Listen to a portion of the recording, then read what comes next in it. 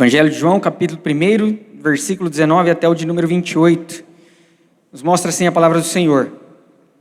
Este foi o testemunho de João, quando os judeus lhe enviaram de Jerusalém sacerdotes e levitas para lhe perguntarem: quem és tu? Ele confessou e não negou. Confessou: eu não sou o Cristo. Então lhe perguntaram: quem és, pois? És tu Elias? E ele disse: não sou. És tu o profeta? Respondeu: não. Disseram-lhe, pois: declara-nos quem és, para que demos resposta àqueles que nos enviaram.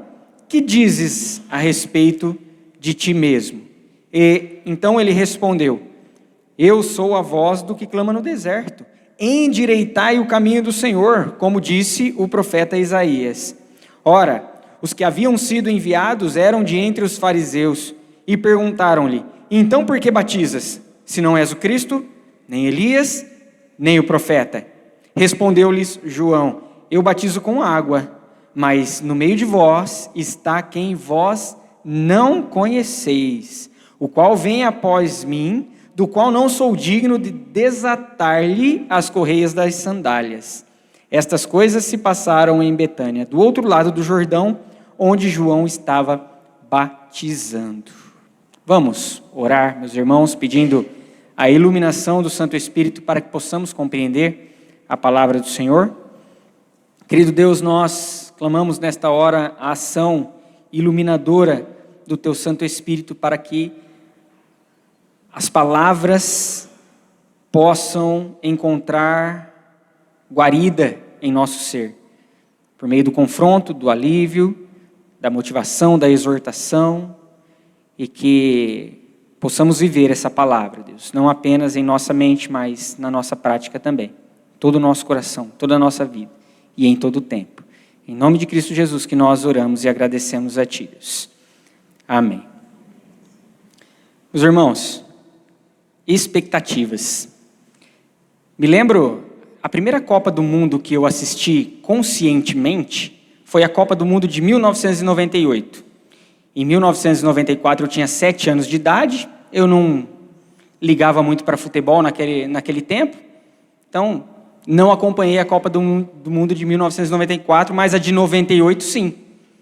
A Copa de 98 eu já gostava de futebol, já torcia para o melhor time do Brasil, não preciso nem dizer quem já gostava, já jogava, e acompanhei aquela Copa do Mundo. Toda a caminhada da seleção canarinho até chegar à grande final ali com a seleção francesa. E no dia da final, lembro-me, como se fosse hoje, a grande expectativa e esperança, especialmente numa personagem da nossa seleção, que havia sido no ano anterior escolhido como o melhor jogador do mundo, em 1997, Ronaldo Fenômeno. Ronaldo era a grande esperança do Brasil, era a grande expectativa de muitas pessoas de que o Brasil levantasse ali, na época, o pentacampeonato, e Ronaldo sendo uma das estrelas daquela final. Mas não foi isso que aconteceu. Poucas horas antes do início da partida, Ronaldo teve uma convulsão, e que foi temas de mistérios aí até recentemente, quando ele mesmo falou sobre a situação. O fato é que poucas horas antes do início da partida, ele foi levado ao hospital por conta desse mal súbito que ele teve, e voltou, jogou, mas, de certo, não conseguiu render aquilo que todos nós esperaríamos do Ronaldo Fenômeno, melhor jogador do mundo, na atualidade, naquele período. Pouco tempo atrás, Ronaldo esteve num podcast e ele pôde falar sobre o acontecido. Perguntaram: Ronaldo, o que aconteceu na final da Copa do Mundo de 1998? E naquela ocasião o Brasil perdeu de 3-0 da seleção francesa. E as expectativas foram completamente desoladas. E ele disse: eu não sei dizer ao certo o que aconteceu, mas eu estava sob muita pressão, pois nas minhas costas havia esperança e expectativa de mais de 200 milhões de pessoas. Eu sucumbi. Expectativas demasiadas sobre as costas de um rapaz de pouco mais de 20 anos de idade. e ele não aguentou a pressão, ele sucumbiu.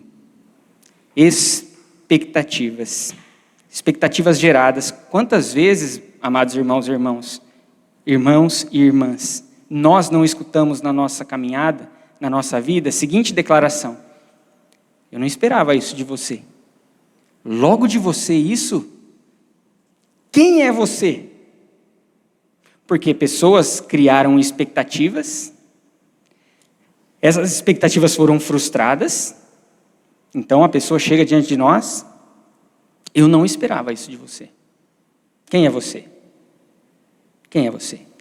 É exatamente com essa pergunta que João Batista tem que lidar aqui nessa porção de texto que nós lemos. Quem és tu, João Batista? Quem é você? Essa pergunta ela é repetida de diversas formas, por 6 vezes nestes 10 versículos. 6 vezes, mostrando a grande ênfase de João o apóstolo ao escrever sobre a vida de João o Batista, ou João o Batizador. Batista não é o sobrenome de João, tá? Batista é a função de João. Batista significa o que batiza, tá bom? E a maneira como João o apóstolo apresenta o seu xará, o João o Batizador, João Batista, caminha na direção do grande propósito de João em todo o escrito dele, como nós dissemos no domingo passado. Qual é o grande objetivo de João, do evangelista João, do apóstolo João, ao escrever este evangelho, sendo que nós já tínhamos ali diversos escritos neotestamentários já rodando a igreja primitiva, inclusive os 3 evangelhos, Mateus, Marcos e Lucas. E aí no capítulo 20, versículos 30 e 31, ele vai dizer: para que vocês creiam, ou melhor, para que vocês continuem a crer que Jesus é o Cristo, e que continuando a crer neste Jesus que é o Cristo, vocês desfrutem da vida no nome dele. No nome dele. Esse é o grande objetivo. Esse é o grande foco de João. E a gente percebe que João, o apóstolo, o evangelista, ele descreve João Batista apontando para esse objetivo. O grande objetivo da fé e da confiança em que devemos depositar. Mas para chegar nesse apontar a Jesus, quando nós olhamos para João Batista, nós vemos que ele enfrenta alguns questionamentos com relação à identidade dele, com relação a quem ele era. João Batista é chamado a uma reflexão diante desses questionamentos, uma autorreflexão e um reafirmar da sua própria identidade, de quem ele era, de quem ele não era, diante daqueles que o questionavam, mas diante também de todas as pessoas que o seguiam. E é importante que nós saibamos lidar com essa questão, uma vez que expectativas serão criadas a respeito de nós, durante a nossa vida, durante a nossa caminhada. Expectativas serão criadas, isso é muito natural, foi isso que aconteceu com João Batista. O texto nos diz aqui no início do versículo 19, que alguns sacerdotes e levitas foram enviados de Jerusalém, e nós sabemos que esses sacerdotes e levitas, conforme o versículo 24, são fariseus. Eles são enviados para questionar João Batista. Os fariseus, eles eram um partido. No primeiro século havia alguns partidos dos judeus. Nós tínhamos ali os fariseus, tínhamos os sacerdotes, tínhamos os essênios, tínhamos os zelotes, dentre outros. Os fariseus eram um desses partidos, aquele partido, inclusive, que era conhecido como o grande partido zeloso pela lei, de religiosos do alto escalão da sociedade judaica e que eram conhecedores exímios da lei de Moisés. E para estes homens, fariseus, montarem uma comissão de investigação, era porque algumas notícias estavam em ebulição. Para que eles saíssem de Jerusalém e fossem lá a Betânia, que não é a Betânia de Marta e Maria, é uma outra Betânia, onde João exercia o seu ministério, era porque algo estava borbulhando naquele tempo. Notícias a respeito de um homem que fala de arrependimento, João Batista. Um homem que evoca a purificação e fala de arrependimento, inclusive para os judeus, porque os judeus achavam que eles não precisavam de arrependimento, uma vez que eles têm o sangue judeu. Uma vez que eles são filhos de Abraão, eles não entendem, eles não compreendem que precisam regenerar-se.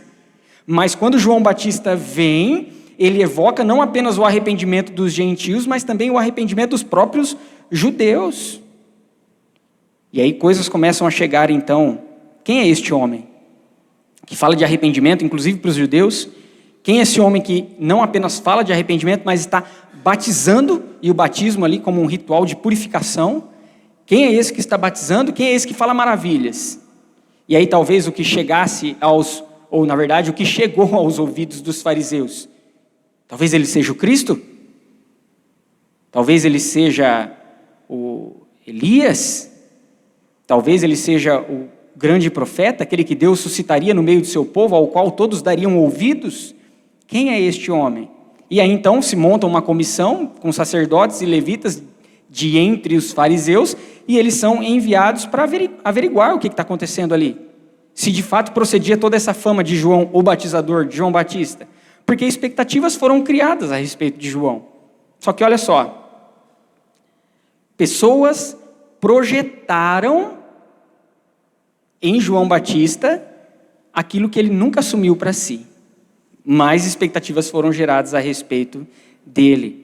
E da mesma forma como acontece com João Batista, expectativas são criadas a respeito de cada um de nós, amados irmãos e irmãs, durante a nossa caminhada. E aonde nós estivermos. Me lembro de uma palavra do reverendo André Luiz, no meu casamento, e ele olhou para mim, e ele olhou para a Natiele, e ele disse: cuidado, para vocês não projetarem as expectativas de vocês e os sonhos de vocês um no outro, para que vocês tenham um casamento saudável e não o leve à destruição. Isso eu diria que não deve acontecer apenas no casamento, de nós gerarmos expectativas no outro, e geralmente as expectativas que nós geramos, elas serão inalcançáveis para outra pessoa. Mas em todos os nossos relacionamentos nós devemos fazer essa reflexão, esse exercício. Nos nossos relacionamentos de amizade, parental, familiar, mais amplo, no nosso relacionamento de comunidade, nos nossos relacionamentos profissionais. E por que eles são irreais? Por que eu digo que eles são irreais? Quando nós projetamos nos outros as nossas expectativas e esperamos que eles venham a cumprir. Porque quando nós projetamos os nossos sonhos, os nossos ideais, as nossas expectativas na vida dos outros, nós desconsideramos os ideais, as expectativas e os sonhos desta pessoa. E mais ainda, a gente desconsidera se essa pessoa tem capacidade de suprir toda aquela demanda que você está despejando sobre ela. A gente desconsidera a formação, a construção de vida dessas pessoas. Sejam pessoas que estão ao nosso lado e caminharão conosco, como no fato do casamento, durante toda a nossa vida, até que um ou outro seja levado por Cristo Jesus. Quantos pais projetam nos seus filhos as suas expectativas, desconsiderando as expectativas dos seus próprios filhos, os sonhos deles, aquilo que talvez eles queiram fazer. A gente nega a individualidade deles, a particularidade deles e os sonhos que eles têm para si mesmos.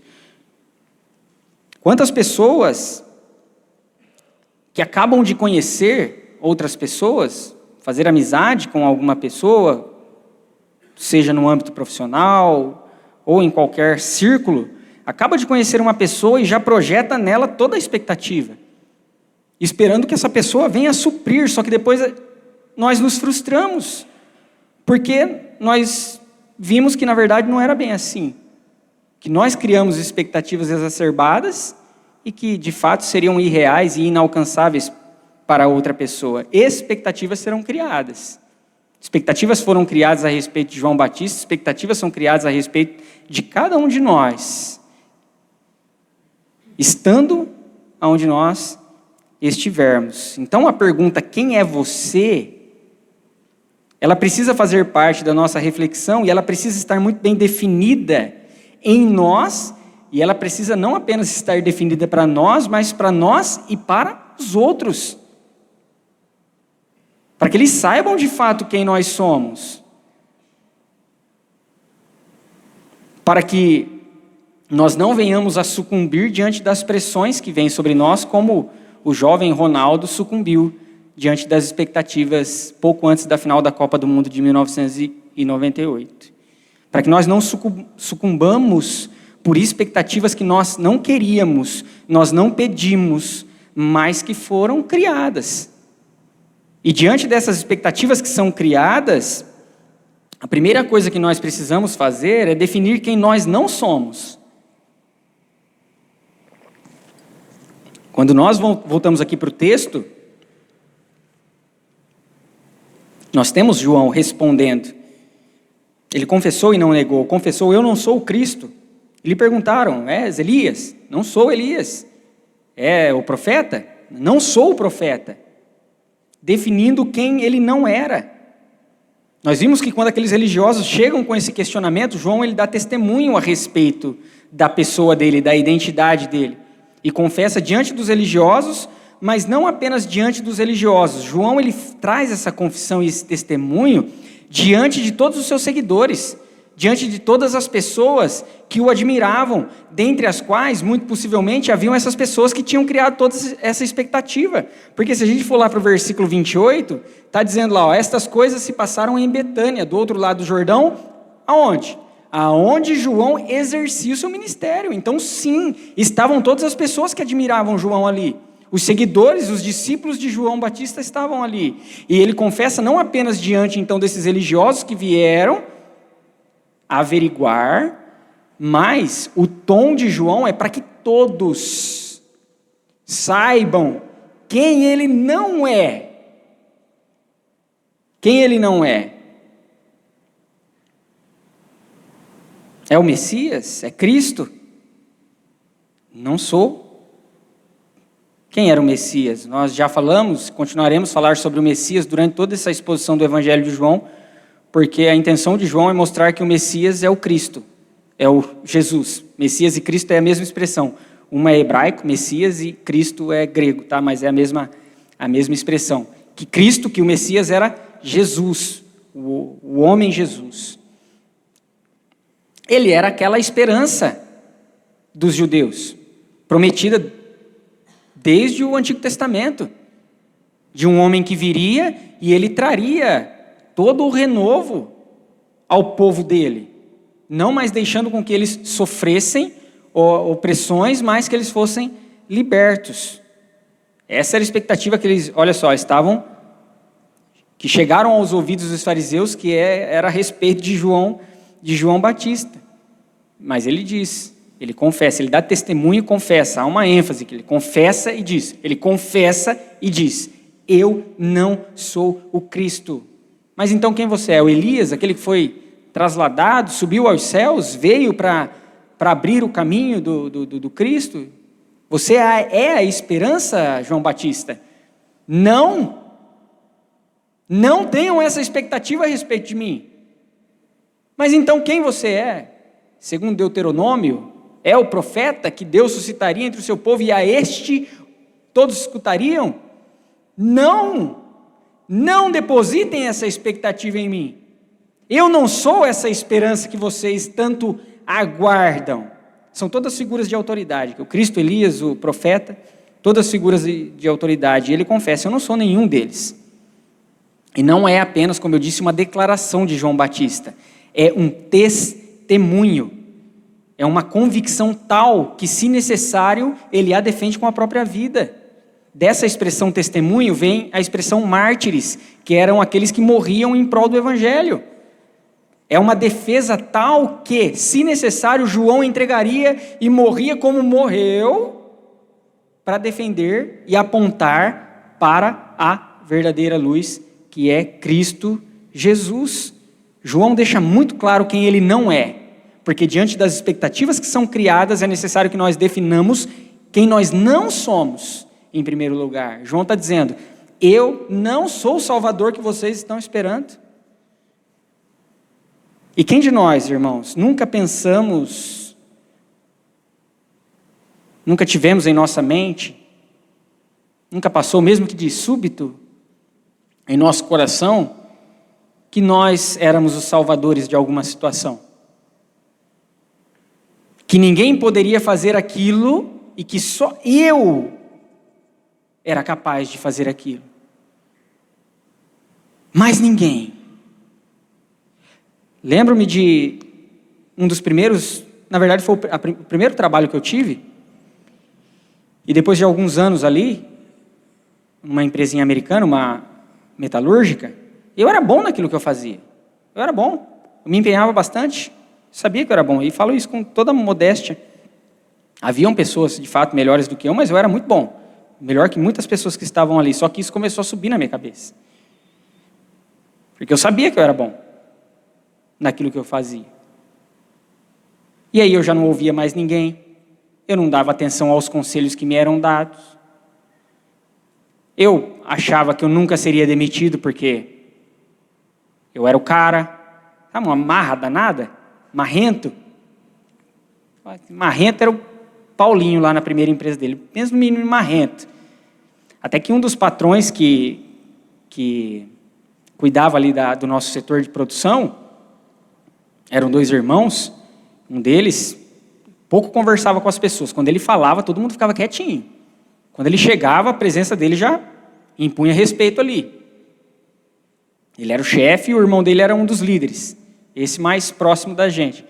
Até que este chegou, ali no setor onde eu estava. Eu trabalhava sozinho no setor onde eu desempenhava minha função.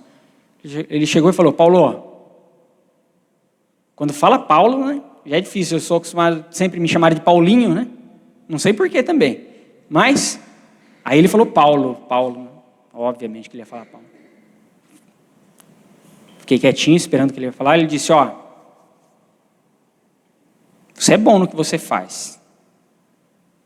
Só que já passaram muitas pessoas aqui, muito melhores do que você.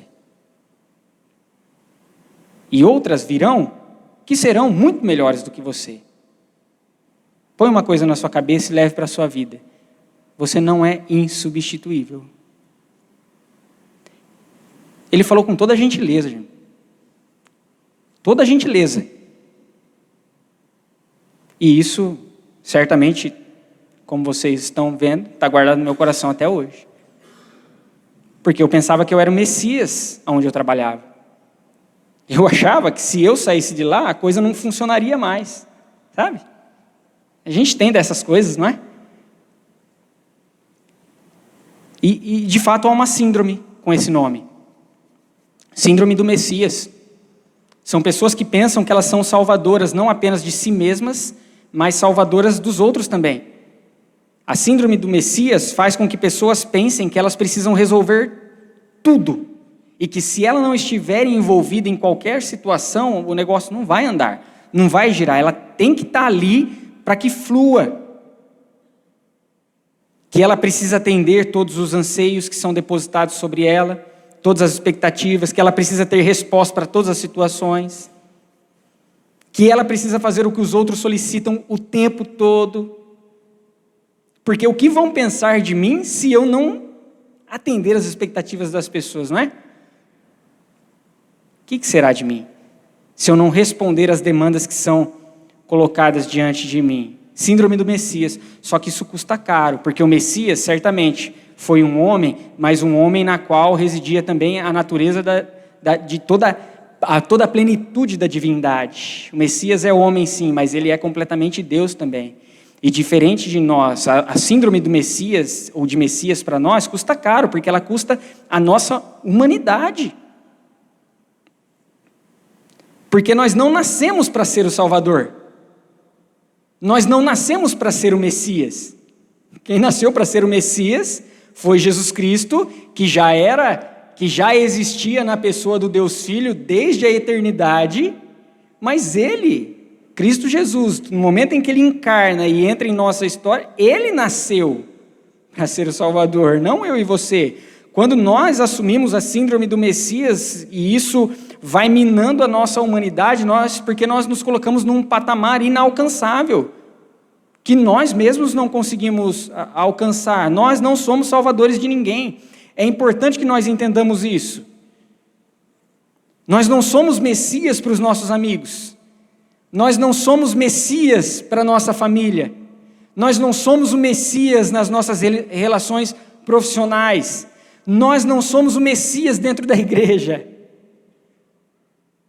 E o quanto antes nós entendermos isso, melhor nós poderemos auxiliar e ajudar as pessoas e de fato caminhar ao lado uns dos outros. Não somos super-heróis, não somos perfeitos, nós não daremos conta de todas as coisas. E olha só, está tudo bem não dar conta de todas as coisas. Especialmente quando as coisas saem do planejado. Você pode ver que o pastor sempre traz um slidezinho, né? Mas hoje não tem slidezinho aqui. Meu filhinho está em casa, e vai ficar mais uma semana em casa.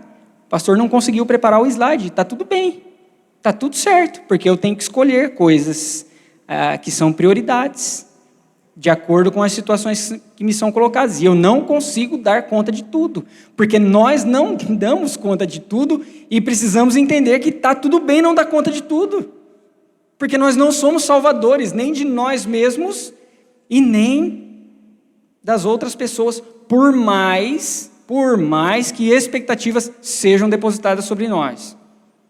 Porque a gente não dá conta, mas a expectativa daqueles que olham para nós é: pastor, slidezinho aí, né? Me ajuda. Você não traz o slide, eu preciso prestar atenção, né? Tá tudo bem não trazer. Tá tudo bem muitas vezes um pai e uma mãe nessa situação não dá conta de fazer todas as coisas dentro da sua casa. Não conseguir se dedicar da maneira como gostaria de se dedicar aos estudos, ao trabalho. Tá tudo bem. Está tudo bem se nós precisarmos falar não para algumas coisas. E é necessário que nós aprendamos a falar não em algumas situações. Está tudo bem, não posso, não consigo agora, não quero. Está tudo bem. Você não é o Salvador, eu não sou o Messias. Quando nós sabemos quem nós não somos, nós podemos então agora fazer o exercício de definir quem nós somos. Foram criadas expectativas a respeito da pessoa de João Batista. João Batista precisou, diante dos questionamentos, definir quem ele não era, e também nessa dinâmica ele define quem ele era.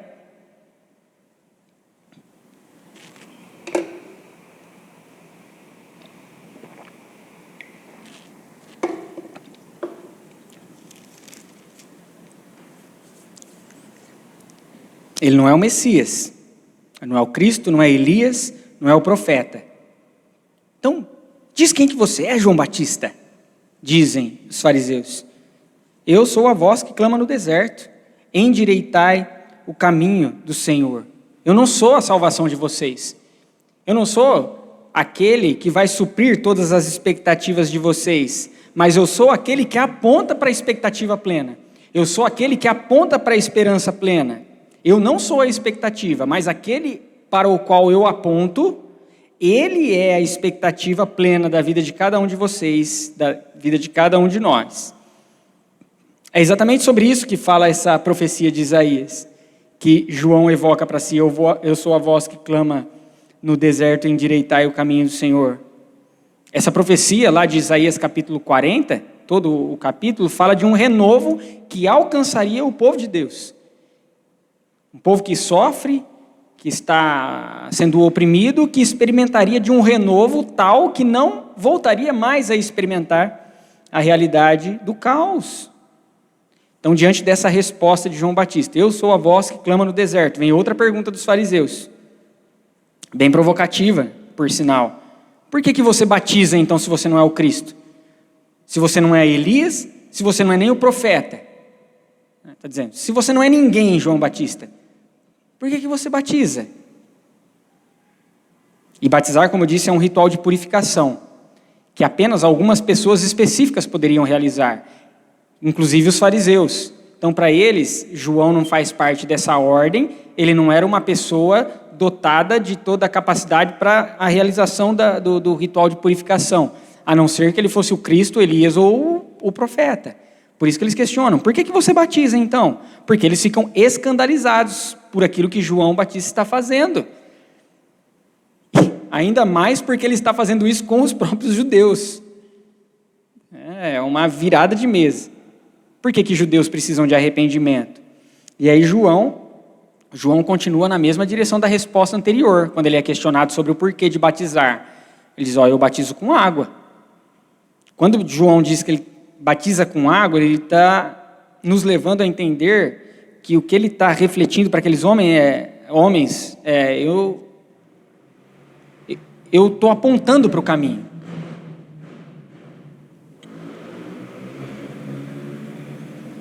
Eu estou apontando para o caminho. Eu não sou a transformação. Eu estou apontando para aquele que tem a capacidade de regenerar. Eu não sou o renovo. Eu estou apontando para aquele no qual reside toda a fonte de esperança. Eu não sou a expectativa de vocês. Eu estou apontando para aquele que promove tudo isso. Mas eu não sou tudo isso. Por isso que eu batizo com água. Mas há aquele que está no meio de vocês, que em outros evangelhos vai dizer que é o que batiza com o Espírito, que vocês não conhecem. Ele diz na sequência, não é? Eu batizo com água, mas no meio de vocês está quem vós não conheceis. E este que vem após mim, mas como nós lemos no domingo passado, contudo tem a primazia porque já existia antes de mim, eu não sou digno de desatar-lhe as correias das sandálias. João está dizendo que ele não se considera uma pessoa com a mínima dignidade diante do Senhor para lhe desatar a correia das sandálias. Era um serviço para o menor dos escravos. Haviam níveis de escravos, de servos no primeiro século. O mais servil, o menor na escala da servidão era aquele que desatava a correia das sandálias. João, diante de Cristo, não se sente digno nem para o serviço mais humilde de todos que haviam para os escravos. O que João está definindo ser? Se ele, anteriormente, diante das expectativas, definiu quem ele não era, quem com essas respostas, eu sou a voz que clama no deserto, endireitai o caminho do Senhor, eu não batizo com água, mas no meio de vocês está quem vocês não conhecem. O que ele está definindo ser? Alguém pequeno. O mais simples de todos os homens. O mais humilde de todos os homens. Um ser humano que está aqui para apontar para algo que vai muito além dele. Para apontar para algo que é muito maior do que ele. Que é muito mais excepcional, muito mais maravilhoso do que ele. A saber, a verdadeira luz, Cristo Jesus, o Messias. Aquele que é o agente real de toda a redenção e transformação. Aquele que dá conta daquilo que eu e você nunca poderíamos dar conta. Aquele que de fato dá conta do que João Batista nunca poderia dar conta. Porque como diz o anjo Gabriel a Maria, quando ele vai falar da concepção de Cristo Jesus, e lhe porás o nome de Jesus, porque ele salvará o seu povo dos seus pecados. Aquele que batiza com o Espírito Santo, aquele que promove o renovo de existência em cada um daqueles que fazem parte do povo dele, porque ele é Salvador, porque ele é o Messias, porque Jesus, como diz João no capítulo 20, versículos 30 e 31, é o Cristo. Ele é o Cristo, ele é o Messias. Nele devem ser depositadas todas as expectativas e toda a esperança. Expectativas serão criadas a respeito de nós, como foi a respeito de João. Mas saibamos que assim como João definiu quem ele não era, nós possamos definir, não somos o Messias, não somos os Salvadores, não somos o Cristo, e possamos apontar para a realidade de quem é o Messias, de quem é o Cristo. Porque nós somos vulneráveis, porque nós somos limitados, Nós não somos agentes de transformação, nós participamos de uma parte do processo. Mas quem é o agente da transformação é Deus, por meio da pessoa do Pai, do Filho e do Espírito Santo. Porque todos nós, sem uma única exceção, desde o início da criação até o final dela, todos precisam de redenção, todos precisam de salvação. E se Jesus não for a nossa salvação, ninguém será. Nós não seremos e ninguém será a nossa salvação. Se Jesus não for a salvação da nossa vida, a escola não será a salvação da nossa vida. O esporte não será a salvação da nossa vida. O trabalho não será a salvação da nossa vida. A faculdade não será a salvação da nossa vida. O ser bem-sucedido nas minhas relações profissionais não serão salvações para a minha vida se Cristo não for o salvador da minha vida. Se Jesus não for o salvador do meu casamento, eu não serei o salvador. Você não será o salvador, a sua esposa não será, o seu marido não será. Se Cristo não for o salvador do seu casamento, o filho não será. Por mais dedicado que um marido possa ser a sua esposa, que mais companheira e fiel que a sua esposa possa ser o seu marido, se Cristo não for o salvador desse relacionamento, eles não dão conta de ser.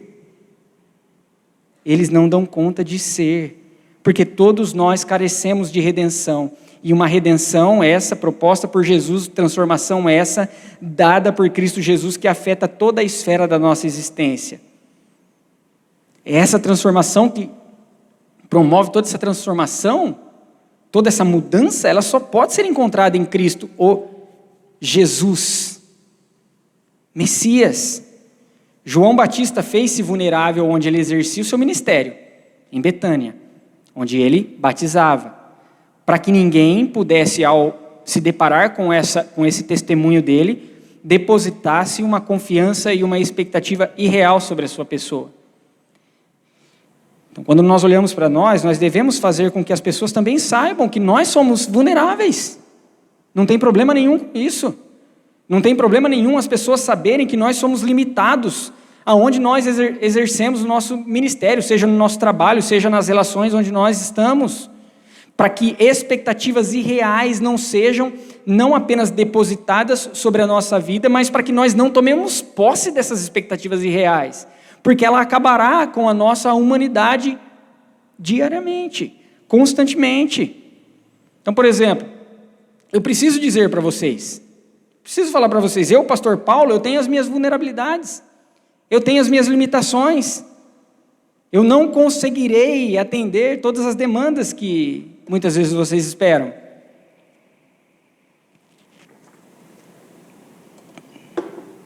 Que a comunidade cria. Não conseguirei responder todos os anseios, tomar para mim todas as expectativas, que inclusive isso pode magoar alguém. Isso pode acontecer mesmo. Mas eu sou limitado. Eu não terei resposta para todas as questões. Não terei. Pode ser que você venha com uma pergunta e eu não saiba respondê-la.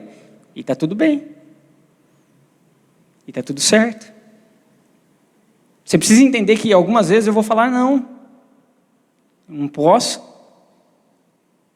hoje é minha folga, não consigo, não é legal, vou dizer, e está tudo bem, espero que continue tudo bem. Preciso transparecer para vocês que eu não sou um super-herói, que eu não sou o Messias. Embora isso tente tomar conta do meu coração constantemente. Preciso entender que não. Em casa, eu preciso deixar claro para minha esposa e para o meu filho que eu não sou um super-herói, que eu tenho as minhas vulnerabilidades, que eu tenho as minhas limitações. Especialmente são esses os lugares onde eu exerço o meu ministério. E assim seja com cada um de nós. É claro que nós não vamos sair gritando aos quatro ventos que nós temos as nossas dificuldades, os nossos problemas, óbvio que não.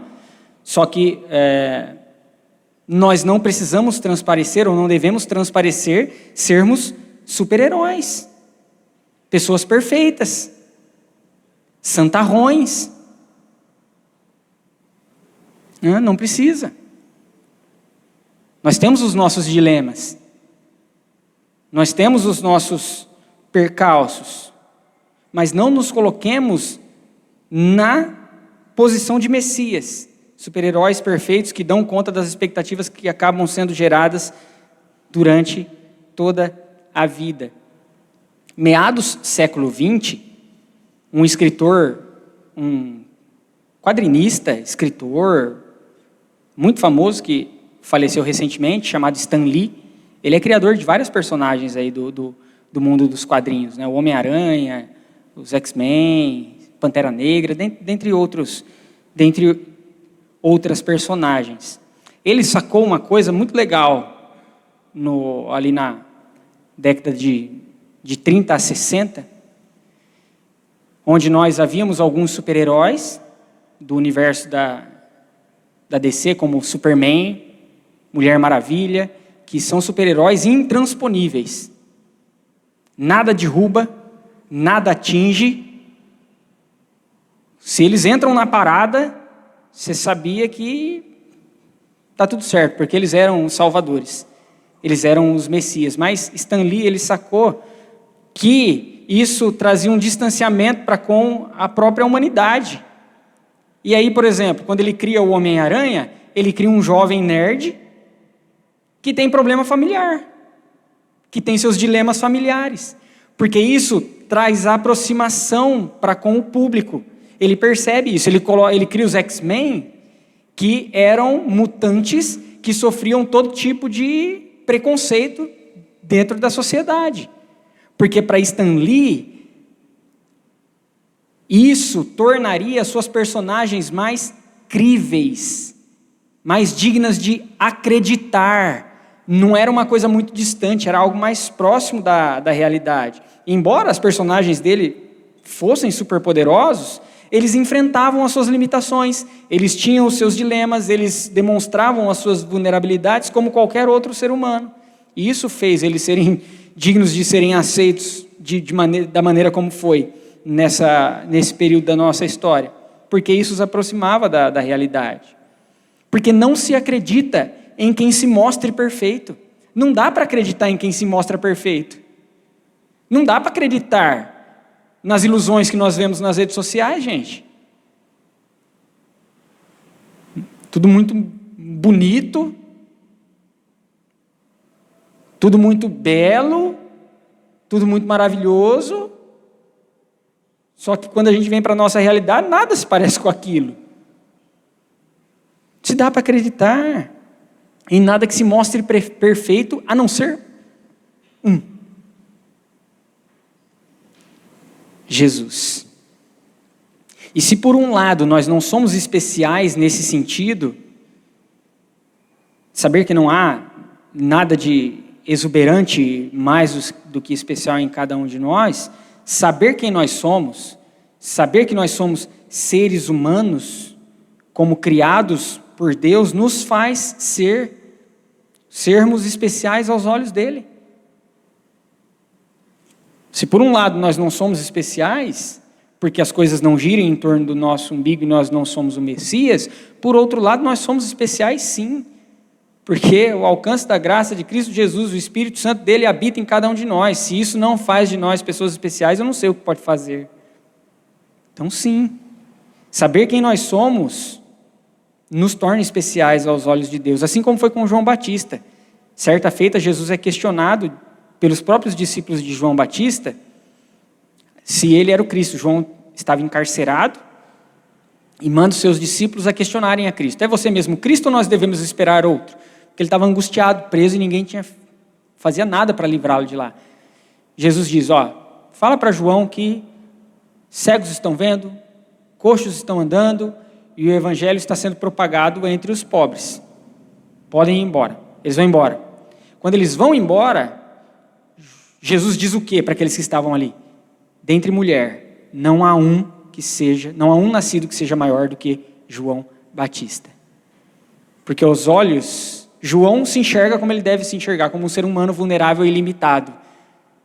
Mas a forma como Cristo olha para ele é de uma pessoa especial, porque é uma pessoa alcançada pela graça dele. Saber quem somos, pessoas vulneráveis, pessoas limitadas, nos aproximará em dependência daquele que encarnou a nossa vulnerabilidade, daquele que encarnou a nossa limitação dentre os seus aspectos, para dar conta daquilo que nós nunca poderíamos dar conta. Saber quem somos nos faz caminhar em direção de não apenas viver, mas de viver e apontar para aquele que é a verdadeira luz, a saber, Jesus. Expectativas serão criadas. Quem é você? Quem somos nós? Quem sou eu? Diante dessas expectativas que são criadas. E elas continuamente serão criadas, mas saibamos, nós não somos o Messias. Nós não somos salvadores. Nós somos seres humanos, limitados, vulneráveis, mas que descansam à sombra daquele que é o Todo-Poderoso. O Deus Pai, Filho e Espírito Santo. E que este Espírito nos dê essa certeza e esse descanso nele. Vamos orar?